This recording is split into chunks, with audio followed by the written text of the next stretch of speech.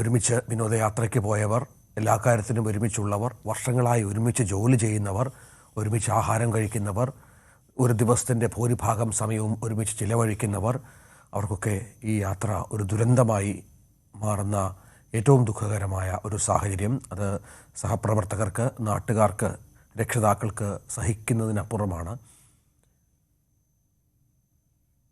ദൃശ്യങ്ങളിൽ കാണുന്നത് അവരുടെ ചിത്രങ്ങളാണ്. അനുമോദ, ഇനി ആ സ്കൂളിൽ അവശേഷിക്കുന്നത് 3-4 ജീവനക്കാർ മാത്രം. ആ സ്കൂളും പൂർണ്ണമായും അനാഥമാവുകയാണ്. അത് വല്ലാത്തൊരവസ്ഥയാണ് അവിടെ ഉണ്ടാക്കിയിരിക്കുന്നത്.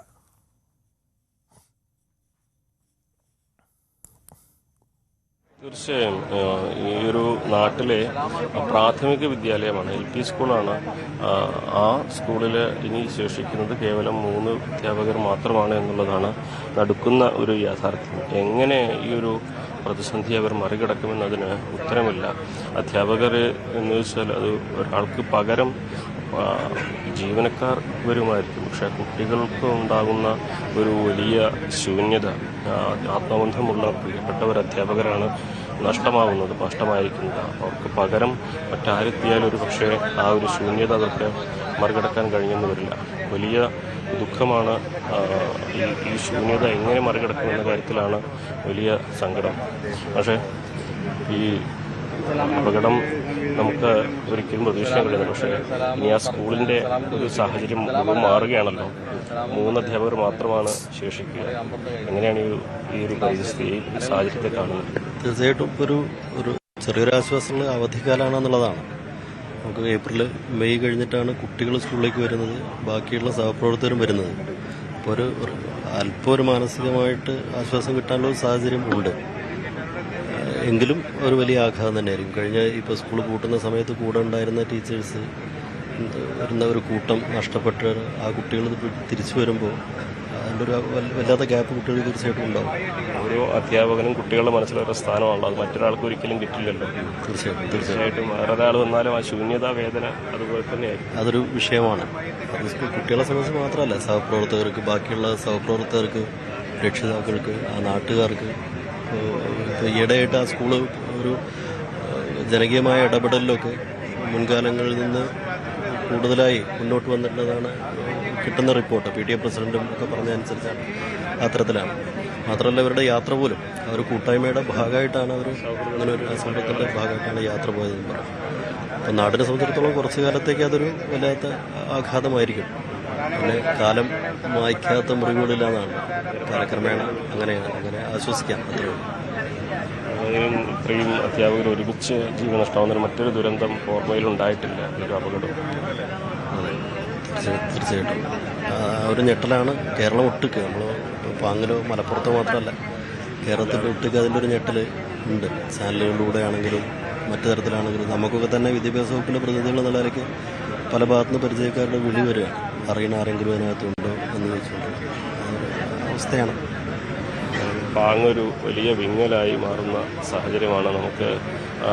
ഈ ഒരു നാട് അത് ഒന്നാകെ ഈ ഒരു ദുഃഖത്തിൽ വിറങ്ങലിച്ച് നിൽക്കുന്നു എന്ന് പറയുമ്പോൾ എല്ലാ അർത്ഥത്തിലും അത് അങ്ങനെ തന്നെയാണ്. കാരണം ഇതുവരെ ഇത്തരമൊരു സാഹചര്യം അത് ഇവർക്ക് നേരിടേണ്ടി വന്നിട്ടില്ല. അത് വലിയ ഒരു ദുരന്തമായിട്ട് തന്നെയാണ് കാണുന്നത്. കാരണം ഇതിൻ്റെ ആഘാതത്തെ മറികടക്കുക വലിയ ബുദ്ധിമുട്ടായിരിക്കും. കുട്ടികൾക്കാണെങ്കിലും രക്ഷിതാക്കൾക്കാണെങ്കിലും അതുപോലെ പ്രിയപ്പെട്ടവർക്കൊക്കെയാണെങ്കിലും അത് എത്ര ശ്രമകരമായിരിക്കുമെന്ന് നമുക്ക് വാക്കുകളാൽ പറയാൻ കഴിയുന്ന ഒന്നല്ല. ഇവിടെ ഇപ്പോൾ നമുക്ക് കാണാം, ഇന്നലെ രാത്രി മുതൽ ഇവിടെയുള്ളവരാണ് ഈ ഒരു ഒരുക്കങ്ങൾക്കൊക്കെ, അതായത് പ്രദർശനത്തിനുള്ള സൗകര്യങ്ങളൊക്കെ ഒരുക്കുന്നത്. ഇന്നലെ രാത്രി മുതൽ ഈ ഉറക്കം ഒഴിച്ചൊക്കെ ആണ് ഇതൊക്കെ ഇവർ ചെയ്യുന്നത്. അതുകൊണ്ട് തന്നെ ഈ നാടിനെ സംബന്ധിച്ച് ഇതൊരു വല്ലാത്ത ഒരു നിമിഷമാണ്. ഈ ഒരു ഘട്ടം അത് മറികടക്കുക എന്നുള്ളത്, അതിജീവിക്കുക എന്നുള്ളത് വളരെ ശ്രമകരമായ ഒരു കാര്യമായിട്ട് തന്നെ കാണണം. ഇത് ഇന്നലെ രാത്രി മുതൽ നിങ്ങളൊക്കെ ഇവിടെ ഉള്ളതല്ലേ? ഇത് കേട്ടപ്പോൾ വിഷമത്തിലാണ്. പിന്നെ നമ്മളെ അയൽവാസികളാണ്, അറിയായിരുന്നു അല്ലേ? ഒക്കെ അറിയുന്ന ടീമാണ്. ഈ മുസ്തഫയൊക്കെ അറിയോ? എല്ലാവരും അറിയും. ഒക്കെ അയൽവാസികളാണ്, ഒക്കെ അറിയുന്ന ആൾക്കാരാണൊക്കെ. പല ആൾക്കാർ ഒരു കുടിയിരുന്നിട്ട് ഇപ്പോൾ ഒരു മാസം കുടിയിരുന്നിട്ട് കാഴ്ച പരിമിതി അതിജീവിച്ചുകൊണ്ട് ജീവിച്ചു പോയിരുന്നു. കുടിയിരുന്നിട്ട് ഇപ്പോൾ രണ്ട് മൂന്ന് ദിവസമായിട്ടുള്ളൂ. സാധാരണ സുഖം. പിന്നെ അവർക്ക് കണ്ണും കാണൂല. പക്ഷെ ഭാര്യയും കൂടെ ഭാര്യ ഉണ്ടായിരുന്നു. ഒരു ഷക്കീൽ ടീച്ചർ വേറെ സ്കൂളിൽ അധ്യാപകമാണ്. അവരുടെ ഫ്രണ്ട്സ് അല്ലേ, അപ്പോൾ അങ്ങനെ അവരുടെ കൂടെ പോയതാണ്. എല്ലാവർക്കും വലിയ ദുഃഖമാണ്. കേട്ടപ്പോൾ മുതലും ഇല്ലാത്തൊരു സങ്കടമായിരിക്കും അല്ലേ? അറിയുന്നവരാണോ ഈ അധ്യാപകരൊക്കെ? അറിയില്ല. നാട്ടുകാർ ചേട്ടാ നിങ്ങളൊക്കെ വിടുത്തുകാരാണോ? ഒക്കെ പാങ്ങുകാരാണോ നിങ്ങളൊക്കെ? അതിൽ റംല എന്ന് പറയുന്ന ടീച്ചർ എൻ്റെ വീട്ടിൻ്റെ തൊട്ടടുത്ത വീട്ടാണ്. എൻ്റെ കൂട്ടുകാരൻ്റെ ഭാര്യയും കൂടിയാണ് എൻ്റെ തൊട്ടടുത്ത വീട്ടുകാർ. അറിയുന്നവരാണ്. പിന്നെ അവർ ഫാമിലി തന്നെ നമ്മൾ അറിയുന്നവരാണ്. വീട്ടിലെ ഫാമിലി തന്നെ നമ്മൾ അറിയുന്നവരാണ്, അടുത്തുള്ളവരാണ്. അവര് എങ്ങനെ ഉൾക്കൊള്ളാൻ കഴിയുന്നു? ഇത് മറ്റേ ഒരു മോനെ പുറത്താണുള്ളത്. പിന്നെ 2 കുട്ടികൾ അവിടെ, ഒരു ആൺകുട്ടി ഒരു പെൺകുട്ടി. അവർ വേറെ ഇവിടെ കോഴിക്കോട് ഭാഗത്തൂടെ പഠിച്ചുകൊണ്ടിരിക്കുകയാണ്. എന്താ ചെയ്യുക, നമ്മൾ വിധിയല്ലേ, ഉൾക്കൊള്ളല്ലേ കഴിയും. പിന്നെ അത്ര ചെറിയ മക്കളല്ല, പക്ഷേ ഇത് തൻ്റെ അടക്കായ മക്കളാണ്. പിന്നെ അവർക്ക് അവർ ഉൾക്കൊള്ളണം, നിവൃത്തിയുള്ളൂ. നിവൃത്തിയില്ല. എവിടുത്തുകാരനാണോ? പാങ്ങാണോ? അറിയുന്നവരാണ്. തൊട്ട് അയൽവാസികളൊക്കെയാണ് കാണുന്നവരാണ്. പക്ഷെ ദുഃഖം കൊണ്ട് എന്താ പറയേണ്ടതെന്നുള്ള അറിയാത്ത രീതിയിലാണ് ഇപ്പോൾ നമ്മളെ കുട്ടികളെ പഠിപ്പിച്ചിരുന്നു. നമ്മുടെ പേരെ കുട്ടികളെ മുഴുവൻ ടീച്ചർമാരെ പഠിപ്പിച്ചിട്ടുണ്ട്. അപ്പോൾ അതുകൊണ്ട് ആ ദുഃഖത്തിൻ്റെ ഞങ്ങളൊക്കെ പഠിച്ച സ്കൂൾ കൂടിയാണ് പറയുമ്പോൾ. ഞാനൊക്കെ സ്കൂളിൽ 2ാം ക്ലാസ് വരെയൊക്കെ പഠിച്ച വ്യക്തിയാണ്. അങ്ങനെ സ്കൂളുമായിട്ട് ബന്ധമുണ്ട്, ഈ ഫാമിലിയായിട്ട്, ഈ ടീച്ചർമാരുമായിട്ട് ബന്ധമുണ്ട്. പിന്നെ എൻ്റെ ഒരു വലിയ മോൻ്റെ മോള് ഭാര്യ അവിടെ കുറച്ച് ഒരു 6-7 മാസം ഡെയിലി ബേസിന് പഠിപ്പിക്കുകയും ചെയ്തിട്ടുണ്ട്. സ്കൂളായിട്ട് ഒരുപാട് ബന്ധമാണ്. താങ്ങാൻ കഴിയാത്തൊരു ദുരന്തമായിപ്പോയി. ദുഃഖകരമാണ് ഈ സാഹചര്യം. എല്ലാവർക്കും ഓരോരോ ഓർമ്മകളും ഓരോരോ അനുഭവങ്ങളൊക്കെയാണ് പങ്കുവയ്ക്കാനുള്ളത്. പലർക്കും അവരുമായി സൗഹൃദമുള്ളവരുണ്ട്, പരിചയമുള്ളവരുണ്ട്. അങ്ങനെ തികച്ചും വ്യക്തിബന്ധങ്ങളൊന്നും നമുക്കൊരിക്കലും പറയാൻ കഴിയില്ല. ഇവർക്ക് എത്രമാത്രം വേദനയുണ്ട്, എത്രമാത്രം വേദനയിലാണ്, എത്രമാത്രം ഈ ഒരു നിമിഷത്തെ അതിജീവിക്കുക അത്ര എളുപ്പമല്ല.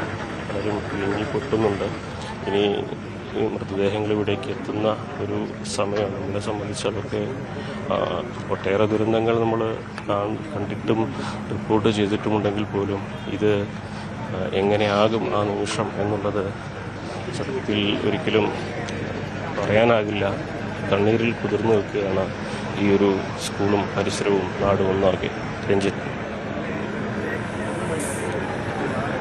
എങ്ങനെ ഈ ദുരന്തം വിശ്വസിക്കാനാവും എന്നുള്ള ഒരു വല്ലാത്ത സങ്കടത്തിലാണ് ആ നാടും നാട്ടുകാരും. ഇന്നലെ വരെ ഇവർക്കൊപ്പം ഉണ്ടായിരുന്നവർ, ഒരു സ്കൂളിൻ്റെ മൊത്തം കാര്യങ്ങൾ നിയന്ത്രിച്ചിരുന്നവർ, തങ്ങളുടെ കുട്ടികളെ പഠിപ്പിച്ചിരുന്നവർ, ഏറെ സജീവമായി കാര്യങ്ങൾ മുന്നോട്ട് കൊണ്ടുപോയിരുന്നവരൊക്കെ ഒരുമിച്ച് ഇല്ലാതാവുക എന്ന് പറയുമ്പോൾ അപ്രതീക്ഷിതമായ, അല്ലെങ്കിൽ ഒരിക്കലും സംഭവിക്കാത്ത, പ്രതീക്ഷിക്കാത്ത തരത്തിലുള്ള ഒരു ദുരന്തത്തെ അഭിമുഖീകരിക്കുകയാണ് ആ നാട്. അത് അതിജീവിക്കാനുള്ള ശ്രമങ്ങൾ അവിടെ നടക്കുകയും ചെയ്യുന്നു.